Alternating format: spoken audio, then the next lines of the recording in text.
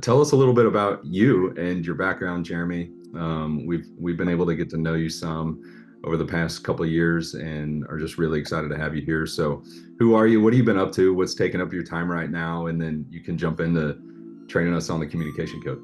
Yeah, so I mean, the core, what I'm about is I want to activate people. I want to activate them in to really know their identity, to know their superpowers, to know what they're called to do, and then teach them how to multiply.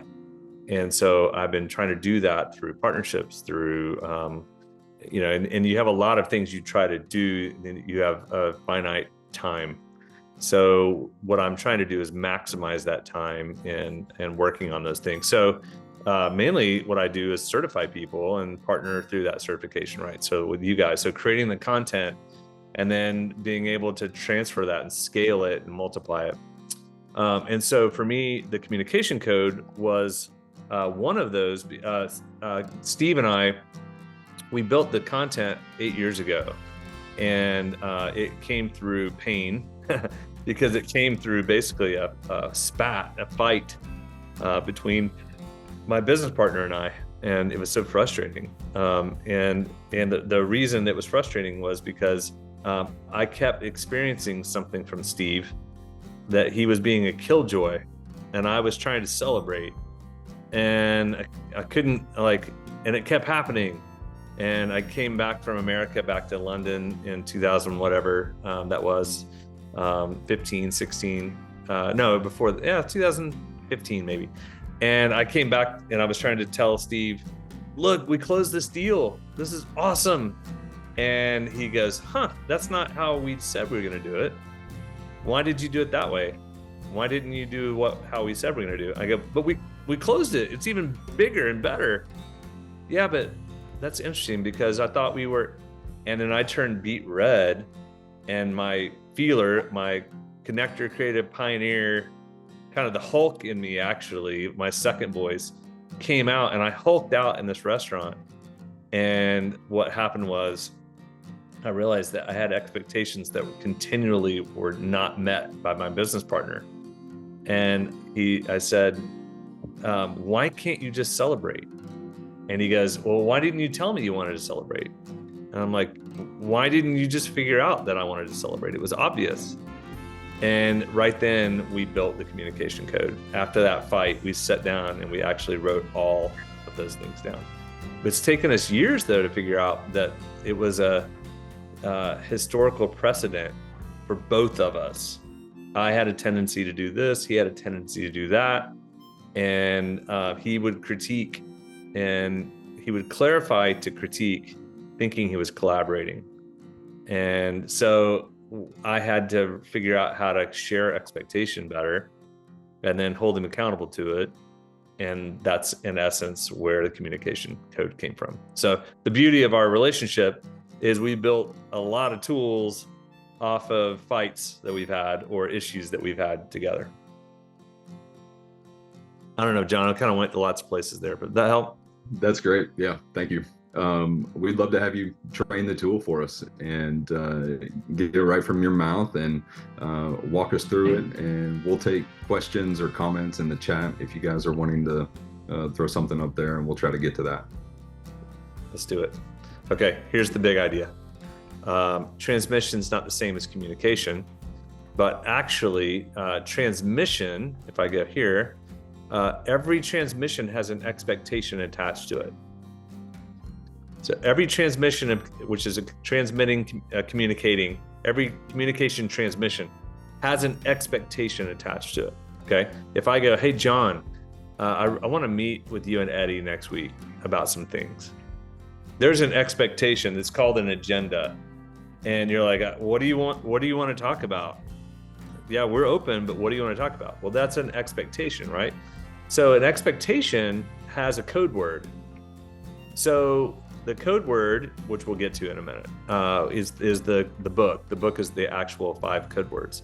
But inside that communication, there's expectation, and our expectation can go up or down based on the person.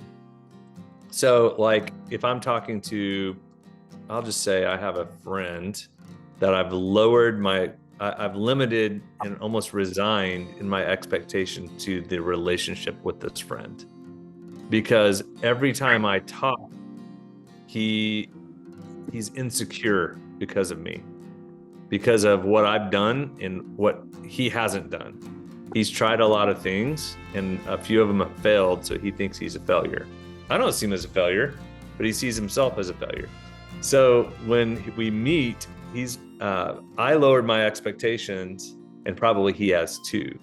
So it's really difficult. So the power dynamics are different, in that he probably feels like I'm dominating him just by my presence, when I'm trying to learn how to liberate him, but I don't know how to communicate with someone who's at that level. So does that make sense? So we have a historical precedence with people. And in the book, the first two chapters, we have to do the hard yards of looking back and going, what's it been like historically to be on the other side of me? And could not be, it might not be that great, because you had good intent, but it didn't work out that way.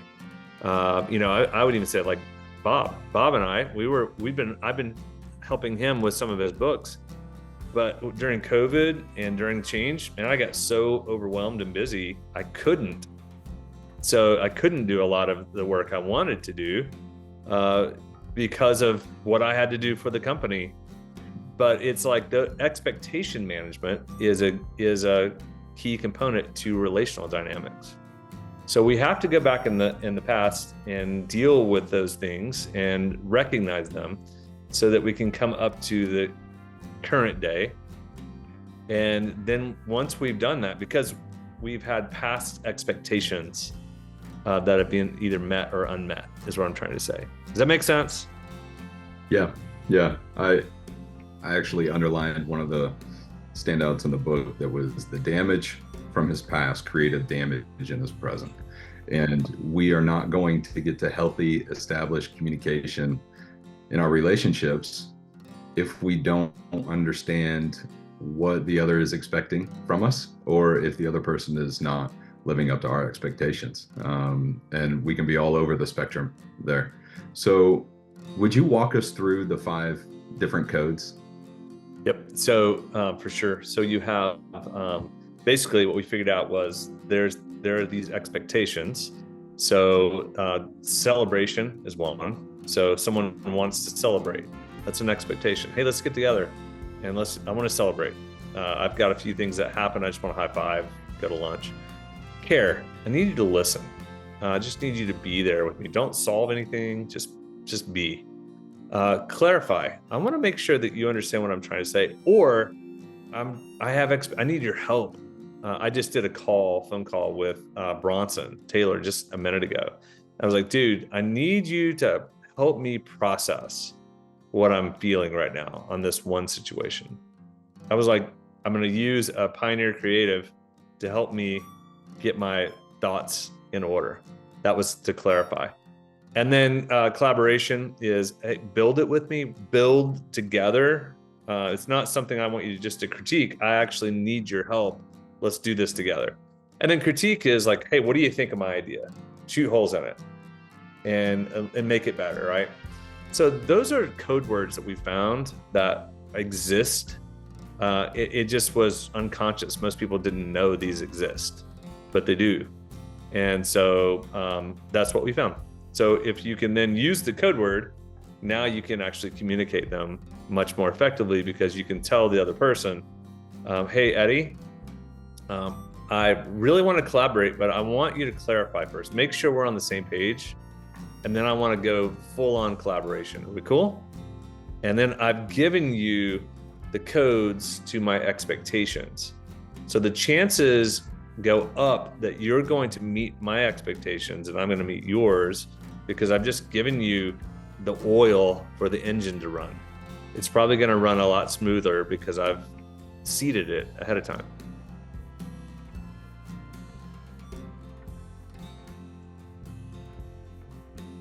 That makes sense, guys?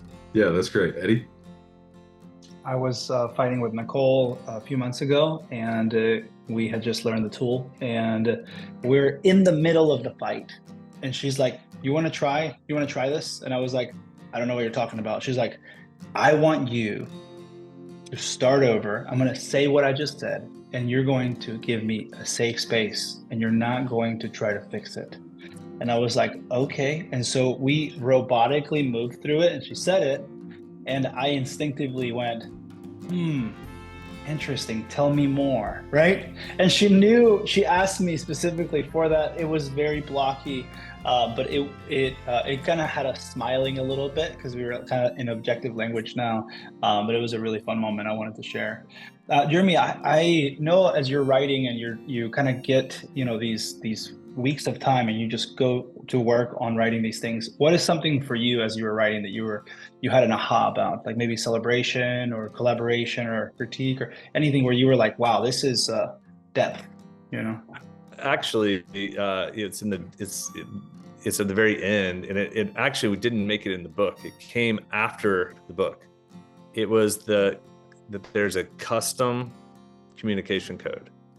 So what that means is that with each person in your life, for the top 2 or 3 relationships, words could mean different things to different people. So for Steve, here's specifically how I want to communicate. In general, these are general specifics. Like most of the time, Steve, I want clarification first, and here's how I want you to ask it. Here's to be the most effective. I'm going to give you tools to be the most effective with me. And then second, I want to celebrate, but I don't want to celebrate me. And this was the big aha. I don't celebrate me. I don't want to celebrate.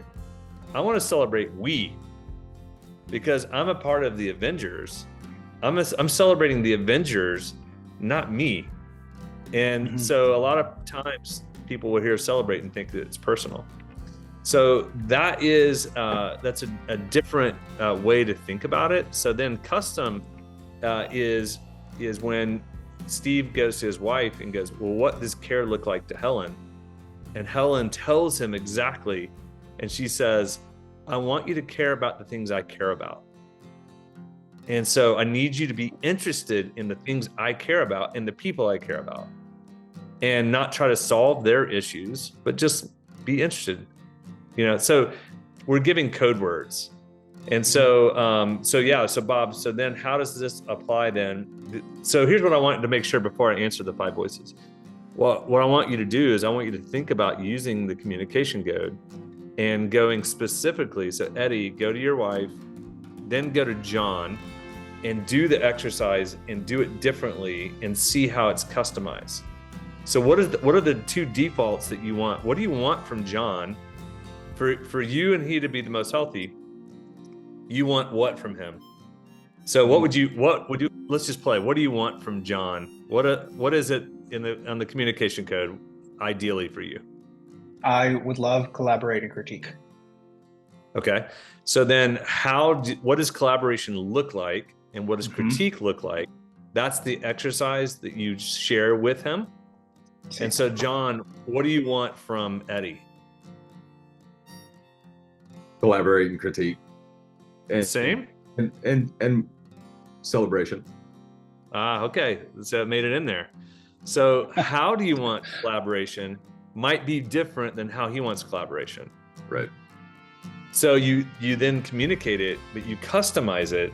So by doing that, your chances of drama, your chances of being misaligned go way down. I just did this exercise yesterday with a YPO group of 8 CEOs, and I made 8 CEOs go through and go, what do you want from your spouse? The top 2. And they all wrote it. And I go, are they providing it? How many are providing it? 0 out of 8 were hitting what they wanted. I go, what does your spouse want? And only 1 out of 8 were meeting the needs of the spouse. And I'm like, okay, 2 ships passing in a night, because we haven't actually done the work to ask the question, if I want to be a great communicator, how can I meet your expectations? I need you to care. My wife, this is Kelly. I need you to listen and not solve, but I need you just to listen, just to be and care about the things I care about, but like, just be. I listen to you. Why can't you listen to me? Fair point. So that's a good example. For me, I want her to clarify. So how they play out with the 5 voices. In the custom communication code, it's different. So Eddie, I think everyone knows, but tell them your wiring. I'm a creative connector, nurturer. Yep.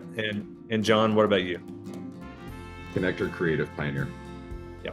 So the way that voices work is with the communication code, it just means they're the same words. It means care looks something very different. To a nurturer, care means basically care about the people I care about.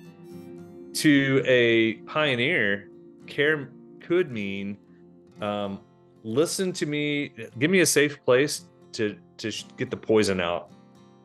I need to talk out loud and just vent and be frustrated without judgment. That could be care. So care it's still care. It just care to a nurturer is going to look very different then. So then take every word and go, what does celebration look like? Steve wants to celebrate the impact he's had on other people's lives with that person. He loves to go to a dinner and listen to all the transformation that's happened through him to that person. And he doesn't consider that vain. And he's just like, that's fulfilling my mission.